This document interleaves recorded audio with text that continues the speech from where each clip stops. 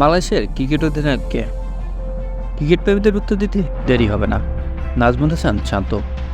কিন্তু চেন্নাই টেস্টে দেখে গেল অদ্ভুত দৃশ্য।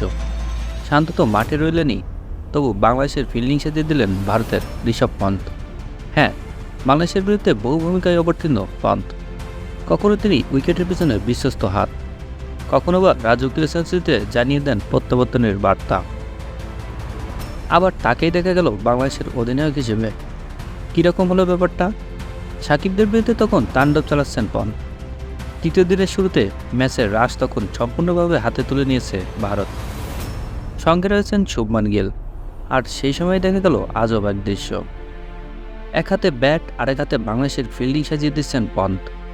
স্টাম্প মাইকে শোনা যায় ঋষভ পন্ত বলছেন, আরে একজন তো এদিকে আসবে, এখানে একজন ফিল্ডার কম আছে। আর মজার বিষয়, তাতে সায় দেন বাংলাদেশের অধিনায়ক শান্তও। একজন ফিল্ডারকে দেখা যায় ঋষভের দেখানোর দিকে ছুটে যেতে। বাংলাদেশের বিরুদ্ধে ব্যাট হাতেও সফল পন্ত।